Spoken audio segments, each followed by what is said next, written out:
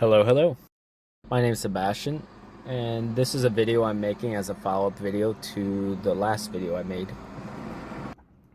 And in this video, I want to talk about some of the most valuable lessons I learned during my experience at becoming a digital artist. For anyone who doesn't know, in the last video, I talked about how for a year straight, I did digital painting for every day. At the point of recording this video right now, I've been painting every day for about a year and a half or so now. So it's been a bit of a time since,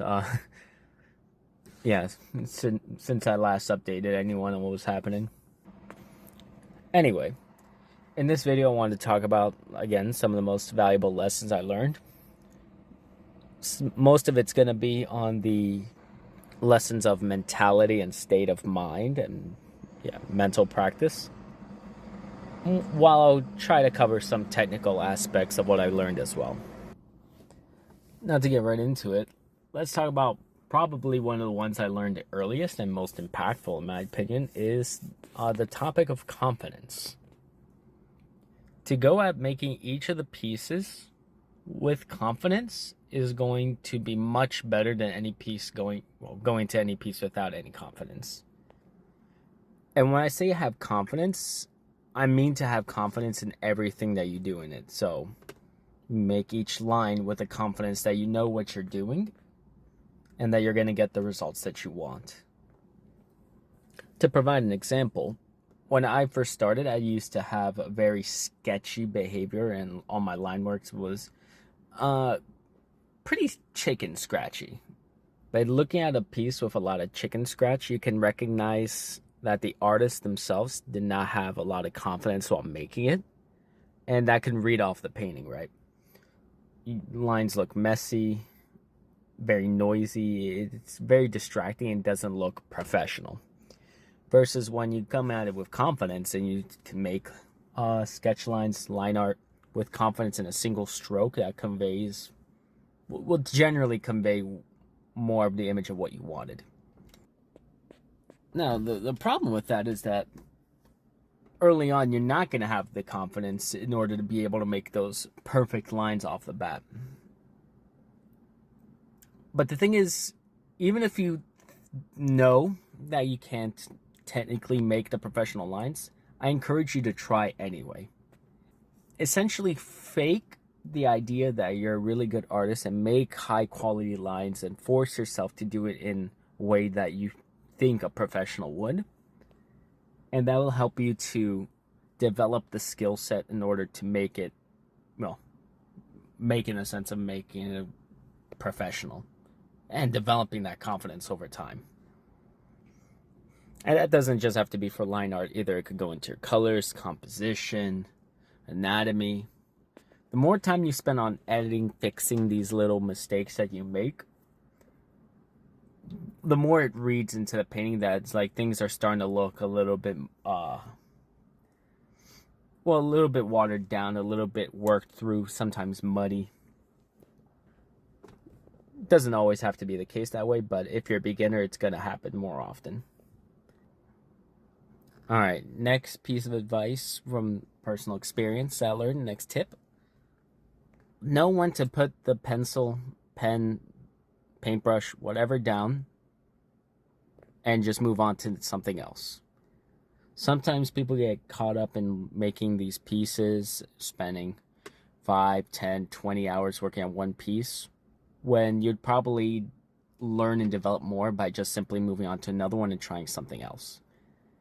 Not every piece needs to be made with the intent to publish, or you could make a piece with the intent to publish, but you might find that you're spending a little too much time working on it and you're not happy with it, and you might try to force yourself to complete it anyway.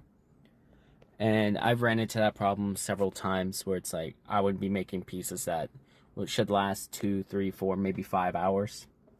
And then I end up spending close to 20 hours on a piece, and it's still nowhere near good enough to publish. And that's okay. It doesn't need to be published. It's for you. You'll learn some skills. Put it down, come back, try again later. and with new perspective, learn different things.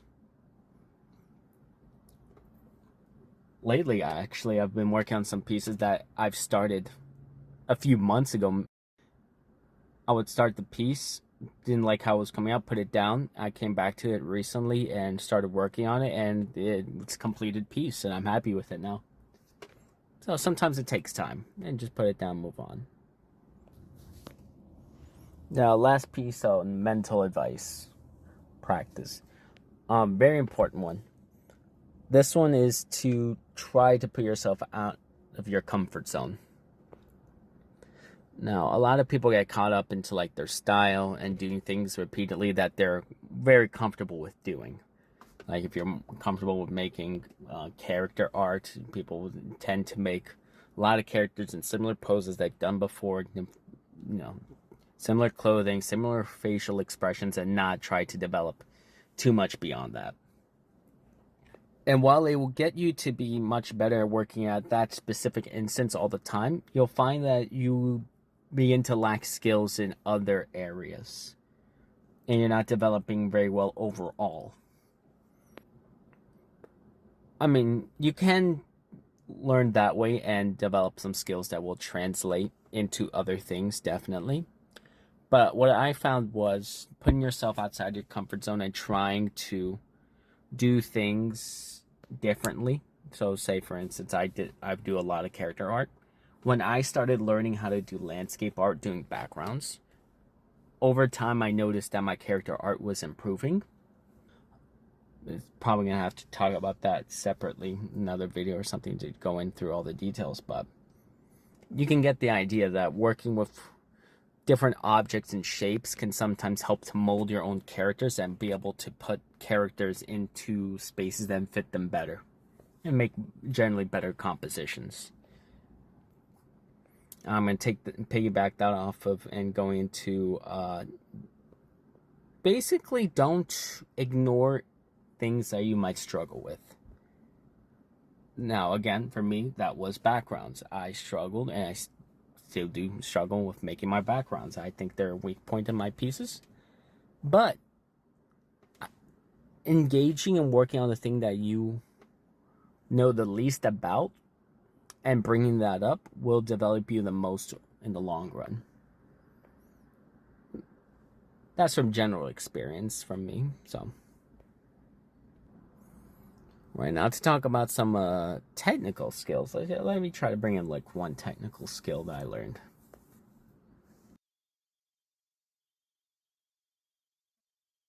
So here I have a painting of Nineveh I did about 2 years ago. Character from Lost Ark. MMO I used to play a lot. And in this piece here, you can see it has some issues with lighting, and that's going to be the topic I want to discuss on technical. So if I were to flick this on and just bring the saturation down to 0, you can see that the lighting of the character is odd. The character seems to blend in with the background. Some areas, the wings seem to disappear, the hands disappear into the background. The lighting doesn't make a lot of sense. And part of the reason for that is I got caught up a lot into the general direction of the lighting and how it's supposed to bounce. So if we look here at the shirt chest area, you can see while it's supposed to be a gray color, while it's like a gray color over here, trying to capture the highlight, I ended up making it white at the top and trying to catch the bounce light off the sand, the ground, into the bottom portion of the chest. I tried making it yellow to bounce back. And while that's all well and good, I didn't apply it very well. And when you bring down the saturation, you can see it kind of just flattens out. And while it does look flat here and not so much here, it will still read in a way that doesn't make too much sense. Now, the better way to have done this would be to actually go in and try to do this piece. And this one way to do it is to actually try to do this piece in a monochromatic sense like this, and then laying the colors down on top of it. You can go in at it like this here, which this is what I did, but the lighting scenario here is very difficult and it can lead to problems. You can even see down here, I'm pretty sure this is supposed to be bounce light here at the bottom of the shirt, and it is pure white and it doesn't make any sense whatsoever in the piece. Yeah, in some areas I just didn't apply it. I mean, obviously I did not finish this piece here because of how many problems it had, and at the time I knew there was something wrong, but I didn't know what it was, so I kind of left it be. And yeah, at that point I wasn't too motivated to improve and yeah, be as dedicated as I am now. Maybe I'll fix this piece up one day, maybe soon. That'll be interesting. Let me know if anyone's interested in seeing that. Okay, so I'm gonna give you an example of a better piece to, well, a piece that makes the lighting look a little bit better. So right here you see a portrait I did. This is a self-portrait of me and my girlfriend. It's inspired by a board game I play, Kingdom Death Monster, one of my favorite board games of all time. And looking at this composition, the lighting makes a lot more sense than the other one. This one here I completed about 2 months ago, this piece. Now, if I were to flip on the, well, bring down the saturation, you can see that the lighting makes sense here. Mostly. I'm not gonna say it's perfect, but I think it's much better. So, you see right here, very strong light source, pretty strong light source right here too, and how they go in direction and bounce off of surfaces. That makes sense. Like you look at my character right here, see the lighting is bouncing off the side of my torso and over here on the forearms too, but at the same time we have another light source that bounces back. Yeah. And here I think this is a really good part to show. On the arm right here, strong light source right here, shadow, very soft transition into a light right there. Kind of see at the bar on the right.